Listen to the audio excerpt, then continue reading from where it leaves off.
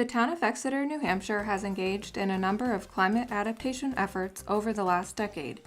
Exeter Planning and Public Works staff and volunteers on the Conservation Commission, Sustainability Advisory Committee, and Energy Committee strive to make Exeter a more resilient community. This means working to reduce emissions and prepare for an altered climate and resulting impacts. Community education, infrastructure planning, public policy adoption, and resource protection are some of the tools the community uses to prepare. Increasing resilience in Exeter means addressing the many urgent climate and environmental priorities cited in the master plan and raised by citizens, such as reducing emissions, mitigating climate change impacts like flooding, reducing pollution, improving water and air quality, and maintaining and monitoring open space, conservation land, and wetlands. Partnerships, available funding, motivated residents, and following up on previous projects played a role in the community's ability to pursue these projects and next steps. In 2012, New Hampshire Sea Grant and the Great Bay Estuarine Research Reserve, along with an interdisciplinary team of research from the University of New Hampshire and staff from the town of Exeter, embarked on a 2-year collaborative effort to develop a robust climate adaptation plan for Exeter. As indicated by its project title, the Collaborative Planning for Climate Change Adaptation, or CAPE, was made possible through partnerships. The CAPE project modeled potential future flooding impacts from various storm events and storm surge along both freshwater and saltwater rivers in Exeter. This provided information about impacts of flooding on roads and storm drainage. The project also estimated the economic impact on infrastructure and quantified the loss of wetlands and salt marsh habitat. The modeling effort provided information on where roadway flooding will increase and where stormwater infrastructure will not have the capacity to accommodate runoff.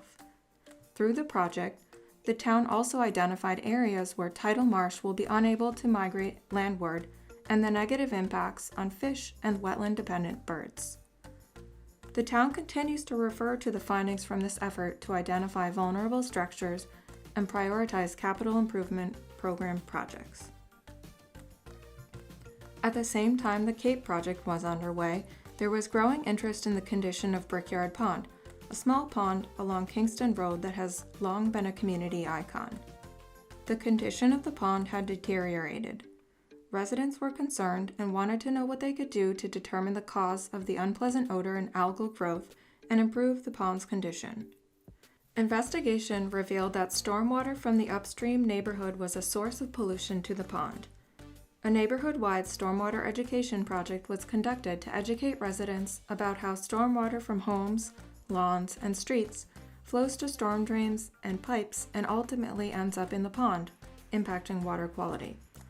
The project also involved hands-on demonstrations for stormwater solutions, such as rain barrel siting and design and installation of 2 rain gardens. In 2015, Exeter undertook another resident-driven effort to minimize the impacts of residential development on water quality. The Exeter Healthy Lawns Clean Water Initiative was organized by a group of concerned citizens and town staff committed to working toward a reduction in excess nitrogen entering streams and rivers from fertilizer runoff. The group developed a zoning regulation that limited fertilizer use adjacent to water resources. They also encouraged a change in lawn care practices through a comprehensive education and outreach program. The program included a lawn care forum to discuss best management practices, a demonstration day for residents to learn about fertilizers, water quality, and good cultivation practices, and a lawn care lunch and learn for some of the largest turf managers in Exeter. The town received a Gulf of Maine Council Award for the committee's effort on this project in 2017. The planning department still maintains the Healthy Lawns Clean Water Facebook page and periodically posts water quality friendly lawn care practices which help to meet the town's municipal separate storm sewer system and nitrogen control plan requirements. Simultaneously, the town was engaged in a regional planning effort called the Water Integration for the Squamscott-Exeter, along with the towns of Stratham and Newfields. Known as the WISE project, This project provided recommendations to help the communities meet new wastewater and stormwater permit requirements and improve water quality in the Squamscott River and Great Bay. This project developed a management plan for the 3 communities that allows them to evaluate and manage water quality and climate impacts at the scale of the Exeter-Squamscott sub-watershed project area. One of the town's next steps was the Lincoln Street project, which integrated wastewater and stormwater permit compliance and built off the WISE project. The greatest nitrogen load to the Squamscott-Exeter River comes from the Lincoln Street sub-watershed, which is the largest watershed in town. This project had 2 phases. 1. Identify best management practices and opportunities to use green infrastructure for stormwater management in order to mitigate flooding and nitrogen. And 2. Conduct outreach through surveys, water trail sign design and installation, and creation of a model climate adaptation policy. Another type of green infrastructure is a living shoreline. Living shorelines are installed along shorelines of water bodies. The primary purpose of a living shoreline is to manage erosion and sedimentation caused by things like waves, tides, and storm events. They are called living shorelines because they use live vegetation instead of hard structures to stabilize a bank. The Exeter Country Club expressed concern about increased flooding and marsh encroachment along their shoreline. The town partnered with the Piscataqua Region Estuaries Partnership, UNH Sea Grant, and UNH to develop recommendations for short-term resolutions to their shoreline stabilization. The town hopes to assist the Country Club in finding funding and support to address their needs and avoid a hard structure approach to implement these recommendations. In 2018, the town worked with the Rockingham Planning Commission and civic groups to organize a climate change open house that featured various climate-related initiatives in the community. The event was well attended and provided the opportunity for residents to wander through interactive exhibits and learn about activities related to climate change, adaptation, and resilience that were happening in the community.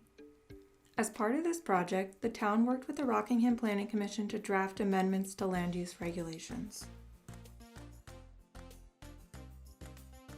In October 2020, the Conservation Commission hosted a virtual climate workshop to provide an overview of key climate-related resources relevant to town staff and local land use boards.